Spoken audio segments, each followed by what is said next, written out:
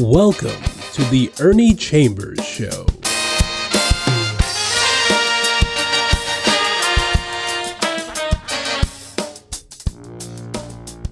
Brothers, sisters, friends, enemies, and neutrals, I'm running for the legislature. I was down there for more years than anybody else, 46. It's a record that can never be broken. Because I was such a pain in the neck and other parts of the anatomy for those white people, the ones throughout the state decided that the only way they'd get me out of the legislature is to vote for term limits. And the way that works is that a person cannot serve more than 2 terms together and then has to be removed from the legislature because 8 years were served. Well, after you sit out 4 years or a full term, you can come back. I was term limited twice. The first time I was term limited, I stayed out my 4 years. I came back, and my first words were, as I was saying before I was so rudely interrupted by term limits, I was term limited out, and I told people this time around that if my mind is clear, my health is good, I'll consider the possibility of running.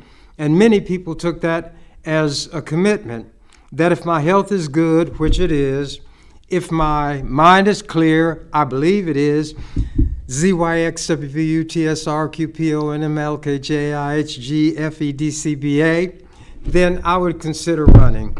Well, the pressure built up, and because I've lived in this community all of my life, I'm 86, I will be 87 July 10th. I acceded or yielded, and I filed a day or so, maybe 2 or 3 days, maybe a week, for re-election. And I'm going to do some giving of information of things that I did while I was in the legislature, because people may not know specifically. Rather than relate these things by just narrating, I decided I would read articles that appeared throughout the years describing what I did and how. Now, I will give myself credit. I've never been one to say I am not up to the job. In fact, I have a little rhyme that I put together. Nothing is so sad or so forlorn as a car that will not toot its own horn. This particular item is dated April 17th, 2005. You can calculate how many years ago that was. This is 2024. This item was from 2005, and it was headlined, Obligation to Continue. Ernie Chambers' tenure in the Nebraska legislature is a record. This article appeared in the Omaha World Herald. By the way, who endorsed the person running against me? I guess that jinxed that person. Next week, State Ernie Chambers becomes Nebraska's longest-serving state senator, and it's a record that can't be broken due to term limits. On April 25th, the Omahawan will surpass the record of Jerome Warner, who served 34 years, 3 months, and 19 days before dying in office April 20th, 1997, at age 69. He died younger than I am now. So when people talk about my age, I point out that there are graves for babies, graves for teenagers, graves for younger people, graves for people of all ages, and we never know when the grim reaper is going to harvest us. But I don't feel his cold breath on the back of my neck, and I don't feel his bony fingers holding my hand. But to continue, Chambers, 67, has seen 8 governors come and go. For much of his tenure, he was Nebraska's only black lawmaker. He fought to get black representatives on Omaha City Council and school board by passing bills to establish elections by district for both. Some people don't realize that. He has sought to repeal Nebraska's death penalty. His repeal bill was passed in 1979, only to be vetoed by then Governor Charles Stone. People thought this last time, a few years ago when I got it passed, was the first time. I had managed to persuade those conservative, white, Midwestern people to pass a bill to abolish the death penalty, but the governor vetoed it. I could not get the votes to override. But here's the irony.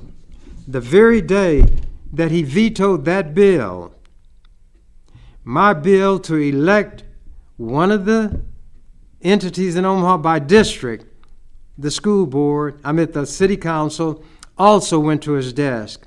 People were sure it would be vetoed because he and I didn't get along. He signed it. Some of them talked to him and said it would be too much, it would be too obvious if you'd veto two of his major bills, which it took almost a miracle to pass in the first place. If you vetoed them both the same day, it wouldn't do you good. So that bill was finally enacted after having been vetoed by about 4 times prior to that. In conversations with the World Herald last week, Chambers discussed his decades of service and what may be his legacy. Other people talked about legacy. I never did. I told him that's too high on the anatomy. Maybe a footacy or a soulacy, no legacy. No looking back with regret. No, those schoolgirl days of biting nails and long lost something must end. But anyway, why did you run for the legislature? That was the question. Answer. I really didn't decide on one of those things I had wanted to do. People had asked me to run against Senator George Althouse, a black man who represented the district, when he stood up and said words to the effect that God put white people in charge and we're supposed to follow along behind them. People were outraged. Even when I was a young man, in my late teens, I would go before the city council, speak for our issues, help people when they were harassed by the police, and that was something even grown black men were afraid to do. But I simply had no fear. Some people said it was not a lack of fear, it was a lack of sense, but the outcome was the same. I had a reputation for being willing to stand up against overwhelming odds, not turn tail and run. Next question. Did you think you would stay 35 years? Answer. I had no intention of giving that many years of my life to a job like this. But once I got here and saw what needed to be done, I felt an obligation to continue. Question. You got district elections for the Douglas County Board, Omaha City Council, and Omaha School Board. Other accomplishments? Answer. Getting rid of corporal punishment in the schools. That means something to me. At Horace Mann and some elementary schools in the black community, they have paddles. I should have brought one to show you that they beat our children with. This guy who was the principal was named Barbie, and he would turn them, bend them over, pull up their dress, and hit them on the backside. And when I found out, I was furious. And I'm not going to go into how long and how I got that done, but it was not done in white schools, and I finally got it outlawed for all schools in the legislature. Believe it or not, the black teachers opposed my effort to get rid of punishment, physical punishment for our children. The Ministerial Alliance, comprising black ministers, were in favor of the corporal punishment, but they didn't want anybody going upside their rear end or their head physically. I guess being what they call a lost soul and a black militant firebrand, whatever that meant, I was not surprising anybody by being against such a black tradition of letting our children be beaten by white people and some ignorant Negroes. But to continue,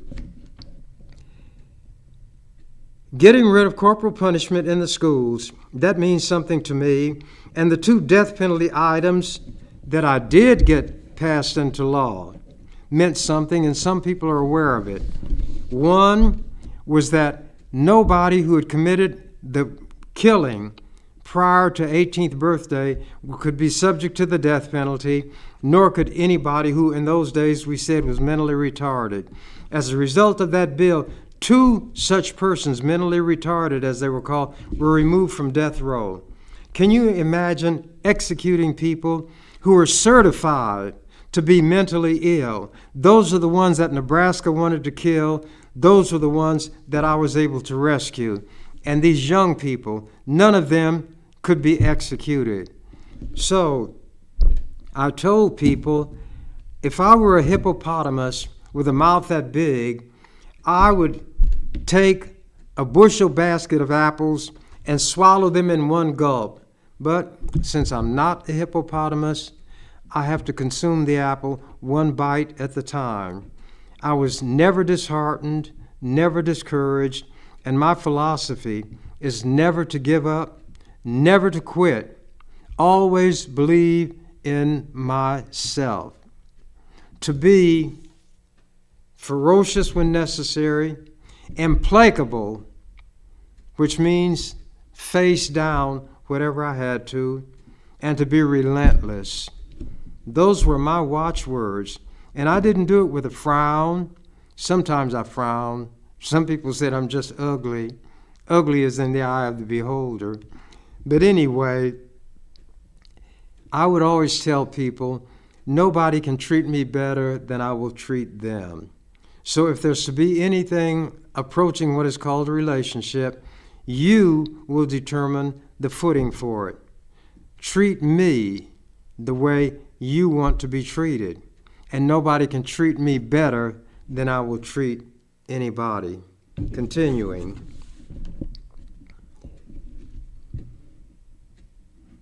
Oh, the 2 death penalty items. Other things that I've done. I doubt those things will be undone, but there are other things that I've done which might be undone when I no longer was in the legislature. Question: is your focus on the death penalty an achievement? Answer: the ultimate thing has not been accomplished yet. That's its abolition. Question: you fought racism throughout your career. How do things compare to 1970? And remember, this article was printed 2005. Answer: there have been presidential executive orders, congressional enactments, court decisions aimed at alleviating racism, yet racism is as deeply entrenched, it is more virulent now than it was. And because of that, I would explain that the constitutional provision that says anybody born or naturalized in this country is a citizen. We were born here, and we're not citizens yet. A white person can get off the boat from Europe on Friday, and I, who've lived in this country all my life, would be approaching him Monday to try to get him to give me a job. That's a slight overstatement, but you use examples to make the point. Continuing. Question: you've introduced a number of bills for gay employment rights. Why is that an issue you have pushed? Answer: when I was growing up, I didn't know what a homosexual was. Even as an adult, I didn't think too much about it. Whenever the police took out after a group, however, it would catch my attention. But that wasn't enough by itself. Senator Tim Hall of Omaha brought a bill that dealt with non-discrimination in the workplace against gay and lesbian people. They called it the LGBT community then. They didn't add the Q and the plus. I know how hateful people are, and I told Tim that as hateful as these people are, when you bring about a bill, I don't think a person should bring a bill like that and be the only name on it. so I put my name on it too. And I was one of the strongest supporters ever since. Question: why require strict liability in police chases? Answer: I had seen in Omaha all kinds of chases. At first, I talked to the mayor and others about getting rid of these chases. It was capped when the cops were chasing a guy who went through a stop sign, hit a teacher's car, and killed him. The teacher left a widow and 4 children. I said, since the cities are not going to regulate these chases, I need to find some way to compensate innocent third parties who are hurt. And here's how that went. You could sue, but you would have to prove that the cop was negligent in the way he or she was driving in the pursuit. They never said the pursuit itself showed negligence, so nobody ever could win. I did not base my law on any negligence by the officer. And my argument was, if these high-speed chases are deemed by the public to be a legitimate method of law enforcement, then I'm not going to make the cop personally liable. They don't have anything anyway. I'm going to make the city for the city cop, the county for the sheriff, the state for the state patrol. If an innocent third party is injured or killed in a police chase, that meant the person being pursued or the pursuing officer caused the injury. The entity for which that pursuing officer worked would have to pay. And down through the years, people have collected. Just a few months ago, a family was paid over $400,000 by the state because of a loved one being killed while being pursued by a member of the state patrol. These are things I looked out to the extent I could for everybody's welfare. Those who nobody else seemed to care about were my particular province. As I say, the least, the last, and the lost. Continuing this article. How about your races for governor, attorney general, and the U.S. Senate? Nobody had even run for those 3 offices, but I ran for all 3 of them, not at the same time. But in one instance, I was running for the governorship and the legislature at the same time, and it was taken to court by somebody. The lawyer was incompetent. But anyway, the Nebraska Supreme Court ruled that a person cannot run for 2 offices at the same time. So I called a press conference, and everybody was sure that I would leave my name on the ballot for the legislature and not run for the Senate. So I said, oh no, you think you know everything? You think you know me, but you don't know me at all. I'm going to leave my name on the ballot for the U.S. Senate, and I'm going to remove my name for the legislature. And their eyes got big. They said, you're not running for the legislature? I said, oh yeah, I can run for both offices, but I can have my name on the ballot for only one of them. I will have to run for the legislature by write-in. They said, well, nobody has ever won a seat to the legislature by write-in. I said, there's always a first. Somebody has to be first. I don't mind being first. So I launched a sort of campaign which consisted of printing brochures telling people that I was running for the legislature by write-in and that they would have to write my name on the ballot. So when they get to the part that says legislature, there would be a blank line, and that's where you write in the name. Try to spell my name correctly, but under the law, if it's a close enough approximation, then it will be counted. But people were sure that I couldn't win by writing because nobody had done it before. But there has to be a first, and I don't mind being first when it's something of value. Obviously, I didn't win the seat for U.S. Senate. I was running against Bob Kerrey, and my name was on the ballot. But I won the seat in the legislature by write-in, which was the first time that had ever been done, and the first time that a person did it while running with his name on the ballot for a different office. There are things I've done that people don't know about, and many people don't care about. I'm the kind of person who, in the minds of some people, can do no right, no matter what it is. And I have not lived my life based on what other people think, how they feel about me, or what they say about me. I have a conscience of my own. I have a brain of my own. I have eyes of my own. I have eyes with which to see the world. I have a brain with which to analyze the world. And I have a determination to do what I believe is right, and I don't care what people think. Their thoughts don't hurt me. They haven't even thought things through. They cannot think well enough to run their own life. How are they going to run mine? They're not. Let me continue. Oh, but that question was, how about your races for governor, attorney general, and the Senate? Answer, those were for the purpose of raising issues and focusing discussion. I've never believed I could win an office where white people would have to vote for me in large numbers. They couldn't vote yes for me on anything, but they could vote yes on a proposition to get me out of the legislature, and that was term limits.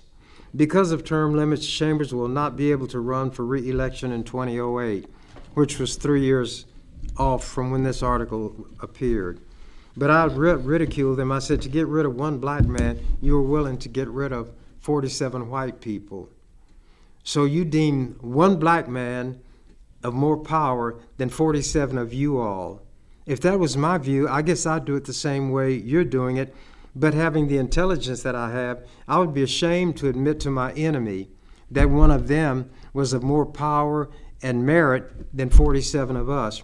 And then I'd cap it, or as they say, put the cherry on top of the sundae by telling them, if Alibaba can handle 40 thieves, I should be able to handle 47 white people. I never took low, I never bit my tongue, and nobody would ever be ashamed of me, who is black, unless they were Toms, Jemimas, and whatnots, but they wouldn't be ashamed because I would not stand up and speak when I should speak, and when most people of all races, nationalities, and sexual orientation were afraid to even whimper. Let me continue. Question, have you always been an independent? Answer, there was one time that I registered as a Democrat so I could vote in the primary for Jesse Jackson. I was in the New Alliance Party so I could be their candidate and discuss the issues that nobody would discuss. So again, I registered for that party. And then there was a short time I was a Republican. I did that to irritate them. The senators around here in those years used to have their little private meetings. When I became a Republican, I could go to the meetings, and I told them they were duller than a convention of undertakers, so they didn't have to worry about me coming anymore, and I changed my registration back to independent. Question, did you ever think it best to hold your tongue? Answer, anytime there's an issue there that I think needs to be addressed, I would never hold my tongue. The only time I might hold my tongue is when I'm talking to student groups. They're not in here lying, yielding to lobbyists, sponging and mooching off the lobbyists, and doing things I think are inappropriate, failing to use the power they have to do good. And I always treated young people, and especially infants and toddlers and others, differently from the way I treated older people who knew better. Why have you never worn a suit and tie? That was such a worry for white people, and that in itself was enough, but that wasn't the reason. Why have you never worn a suit and tie? Answer, because I don't want to.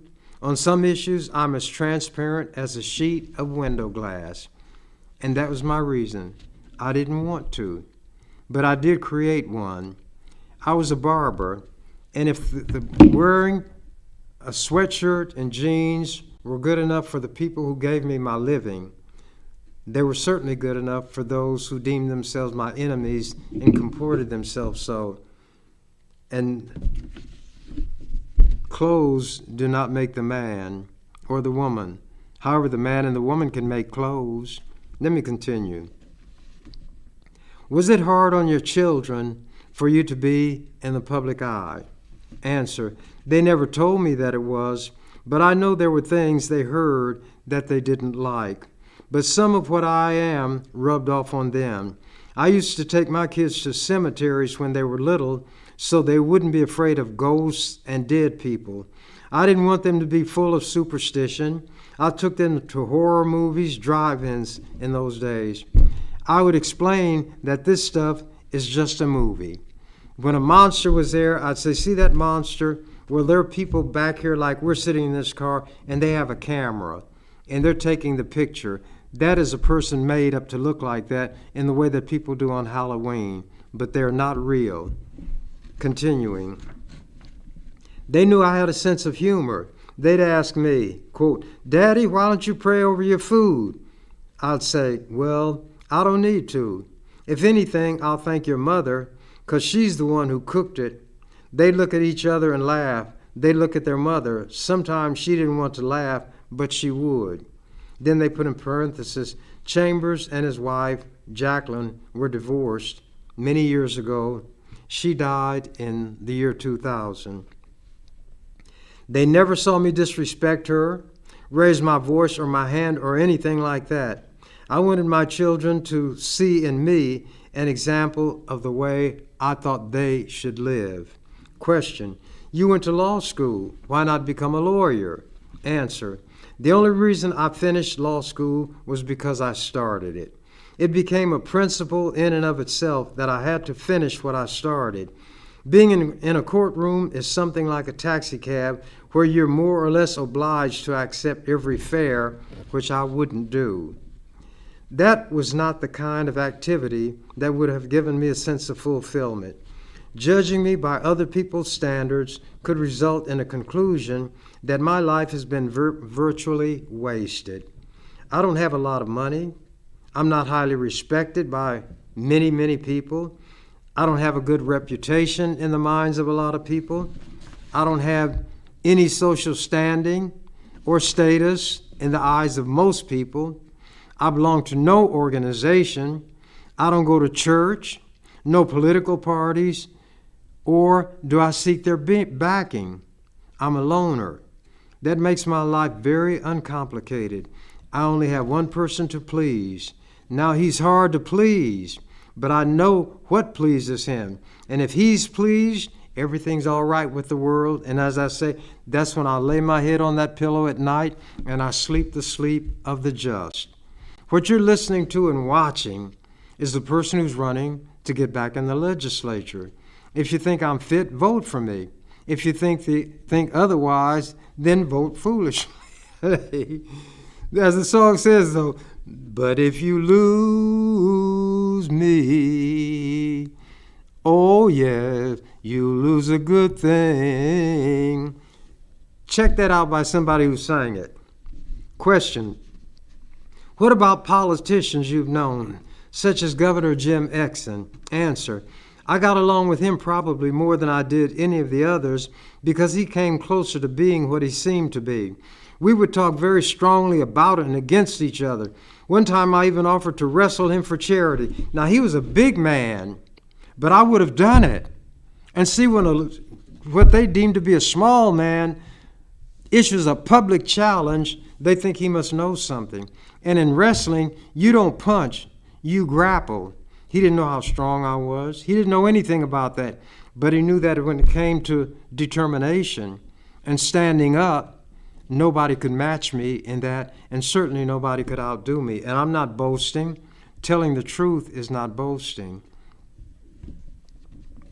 One time I even offered to wrestle him for charity because he was talking about the death penalty or something, and he had irritated me to that point. Question: what about Bob Kerrey? He was the one I'd run against when my name was on the ballot for Senate. Once on the east side of the Capitol building, there were about 3 or 4 little white boys from the Catholic school or somewhere sitting out there with me, and I saw Carrie coming. Children seemed attracted to me, and it was a Catholic school, but even though the Catholic adults probably hated me, the children didn't. They even brought me some rolls one day, and the package was open, and there was some dirt that had gotten into the package. Naturally, I wasn't going to eat them, but I thanked the little boys, and I told them they really were nice, and I appreciated what they did. Because one time they were in trouble, they had no place to go, so they came to my office, and I interceded for them. I can't help it. Children are my heart if I had a heart, which I don't have. And I tell people that, told them that I'd gone for a physical examination, and this nurse put the stethoscope right here where your heart's supposed to be. And she got a strange look on her face. And she said, now, I don't mean anything by this, but can I put this on your arm? I said, well, if that's where your heart is. So she put it on the inner side of my bicep. She listened. I thought she was listening. She got a strange look on her face, and then she called the doctor. I don't remember what happened after that, but ever since then I told people I don't have a heart. And I can document it because when they checked me for it, I didn't have it. They couldn't find it. And they're the ones who know how to find a heart. Now, she didn't say I didn't have a heart, but obviously she didn't find a heartbeat. And I've never seen my heart. I've never seen the heart that's in me if I have one. How do I know? I don't. But we draw conclusions based on things that generally happen a certain way and based on the things we're taught. We're all taught that a heart is the organ that pumps the blood through the arteries, out through the body. The blood goes out, and then when it comes through the lungs, it's oxygenated. That means it gets oxygen, goes back to the heart, and that's the circulatory system. That's what they taught me as early as grade school. But whether I have a heart or not, if I did swear, I couldn't swear to it. But people say that when it comes to children, I demonstrate I have a heart. I say, well, I don't know that that's true because Adolf Eichmann had a heart, documented to have a heart, and he said he would jump into his grave laughing, knowing that he had killed 6 million Jews or presided over the killing of 6 million. But when they went down to one of those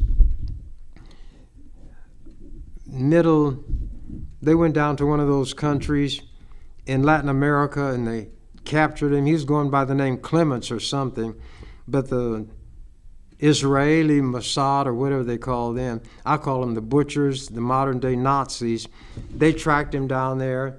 They're tricky people. They injected him with a drug. They brought him onto the airplane in a stretcher. They lied and said they were doctors and they were taking him for treatment. Well, they took him back to Israel. They put him on trial. And from what I've read about the trial, he was in a glass case, glass enclosure, like in Russia they put people. And they said invariably, when people came in for the first time, they were shocked at what they saw.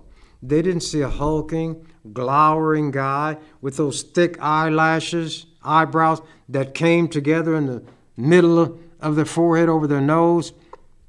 He was a person of medium height, medium build, wore eyeglasses, and could have been an innocent accountant. He didn't look like what he was, if the facts they put forth were true. A guy, he was a lawyer's name, last name was High Levi, who represented him. I read about the trial. He put on the best defense that he could for somebody like Eichmann. And he wasn't justifying anything, but he took every shred of what could be called evidence that would mitigate or lessen the seriousness, the ugliness of what Eichmann had done. Nevertheless, Eichmann was found guilty to nobody's surprise. He was hanged until he was dead, and maybe an extra amount of time to be sure. his body was cremated, and the ashes were spread in the Mediterranean Sea. How many of you all knew that? I read history. Malcolm X said, and he was telling the truth, history is the subject best suited to reward our efforts. One of these days I'm going to talk about the so-called Holocaust. And as I've said several times in this time slot, there are people who feel that the Jews the Israelis learned all of the bad things from the so-called Holocaust, and the Jews who wound up going to that part of the country known as Palestine and stealing the land from the Palestinians, there was no Israel. There was no Israel until 1948. Israel declared itself to be the Jewish state. And to do so, they displaced Palestinians, stole their land, abused the people. You can see how they are literally slaughtering them now. They have created starvation in Gaza. I had described for people so they would understand what was happening the situation like a large, long sock. It's called the Gaza Strip. And the Palestinians up here in the north were driven farther and farther south by bombing. Now the Israelis had airplanes, they had bombs, they had rockets, they had tanks, they had artillery. The Palestinians had none of that. Nobody armed then. It was not a fair fight and was not designed to be. It was to be a slaughter, and it was. These Israelis have attacked refugee camps. They have attacked schools. They have attacked hospitals, killing civilians, many, many women and children. They learned all of the worst things from the Nazis, and they're carrying them out with a vengeance.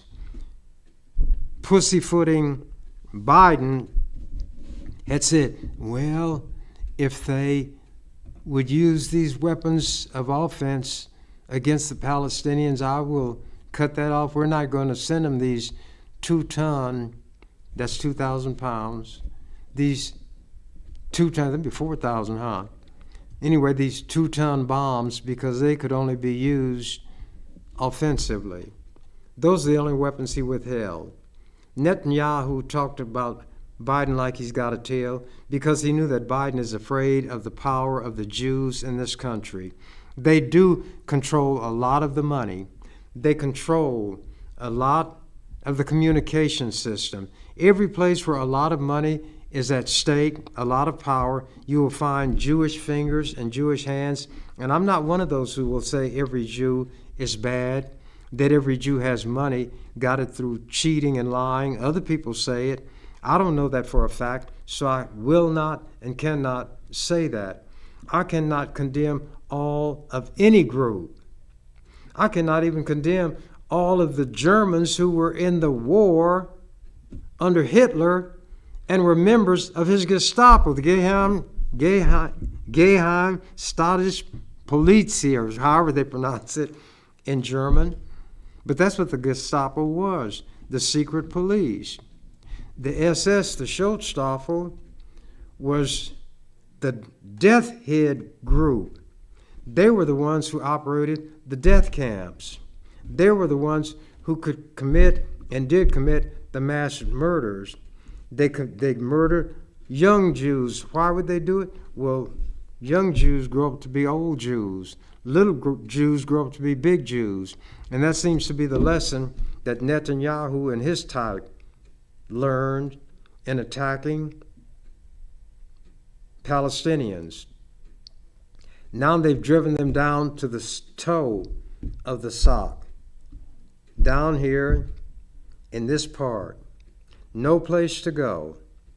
And the Jews are continuing airstrikes, using tanks, and wanted to use even heavier weaponry against these people. Now, I'm not going to lose my way and get off into that like I have in the past. I'm supposed to be indicating to you all, if you're still listening, some of the things I did while I was in the legislature telling you something about that record and saying that I intend to do the same thing if I go back. The youngster running against me had given an interview and said that I'm not speaking of me. He's not the only one who can stop this runaway train, because that's what was said. When I was removed from the legislature by term limits, the brakeman was gone from the runaway train. He said, you need the votes. That's true. You need the votes. But if you don't have the votes, you don't get votes by whining and crying and begging and pleading. How did I get votes? I stopped them from being able to vote. I did not filibuster, meaning reading from the phone book or recipes. I used arguments. I based mine on the rules. I educated them about Constitution, Black history, their wrongfulness throughout the history of this country, the fact, among other things, that George Washington had so many slaves that when the South seceded from the Union, they said George Washington was their patron because he owned so many slaves. And they don't want that taught. These white people in the schools today, they don't want the truth taught. That's the only way they can get people to still celebrate George Washington's birthday. They call it President's Day now. And he wasn't the only one. Thomas Jefferson, the one who did a lot of the writing of the Declaration of Independence, was a slaveholder. And you know what he said? Our children watch this, and they learn all of the worst things. They don't want to do honest labor because it's connected to what slaves do. And he concluded that little recitation by saying, because white people like him and enslaved black people, I tremble for my country when I recall that God is just, but he didn't fear God's justice enough to free his slaves. And you think they weren't raping black women, black girls? Thomas Jefferson had a teenager named Sally Hemings who he traveled over to France with as an ambassador. This young black girl in tow. That's what was happening to us. Treated like cows, pigs, and chickens. Auctioned in the same way. When black men and women were standing up there being sold, they'd walk up to a woman, check her teeth, feel her breasts. They could even grope her. That's what they did. And you're going to tell me you think these white Christians would not do such a thing? Then where did we get all these half-white black people? A lot of white men were jumping fences in those days and continue to this day. The truth. You shall know the truth, and the truth shall set you free. Not just merely knowing it. The truth will infuriate you to the point where you will, by any means necessary, obtain full freedom, justice, and equality. And that's what we have to spend our time trying to get. And I was telling you what I would tell this young black man when I engaged in extended debate, because he had said they filibustered, but they couldn't stop things. Well, what I did wasn't filibustering. I always called mine extended debate because I always gave historical lessons. I talked about the law, the Constitution, presidential proclamations, civil rights laws, court opinions. I was instructing. And that didn't give me votes, but it stopped them from voting. They couldn't use their votes because they couldn't bring anything to a vote because I was engaged in extensive debate, not filibustering. So what they would do is say, Ernie, what must we do to be saved? I said, here's what you've got to do. I've got amendments. We'll put these amendments on your bill and I'll let you at least get a vote on it, but I'm still going to oppose it. However, I won't dig my heels in and stop it entirely. If with these changes I'm suggesting, I'll still speak against the bill. I don't want to stop everything that's passing because some of them have good parts in them. If you can overcome my opposition, then you will get your vote. but I will not stop you from getting a vote. And that's what I did with their rules. I stopped a vote from being taken. And although I didn't have the votes at first, they couldn't use theirs. And the youngster who's there now doesn't understand these things, and maybe he will learn. But we'll just have to see. I have a record, and I'm going to begin to lay that out, not just by me saying it, but by reading articles. I'll give you the news publication. I will give you the date, and you can check it for yourself. You will see there were national items, international, every kind of imagined and imaginable means of communication had taken note of what I did. One outfit even in Washington, the state of Washington, it's called, I forget what it is, I'll bring the article. I was listed among one of the top 40 people in the United States of America. Nobody from Nebraska ever had that happen. No Nebraska member of the legislature ever was put into the congressional record except me. I'm going to lay out my record. Since I'm running, I should give you a reason to select me over the other person. And I'm not running against the person. In fact, he was in the parade for Juneteenth, and so was I. And when I saw him, he was out there, but he's kind of by himself. So, and I'm the elder statesman. I walked along, then I walked out into the middle of the street, and I put my arm around his shoulder, and I walked with him in the part of the parade that was for him. And I told him, I do these things so people will know that I'm not running against you. I'm running because I think there's a job that I can do. And then I got out of the parade because I wasn't an official part of it. I think my time is running out. And as I always say at the end, if I think about it, quoting the canary, when he saw that the door to the cage was open, I'm out of here. You've been watching The Ernie Chambers Show. If you'd like to leave suggestions, email us at ewcfacts@gmail.com. That's ewcfacts@gmail.com. This is an EWC Communication production.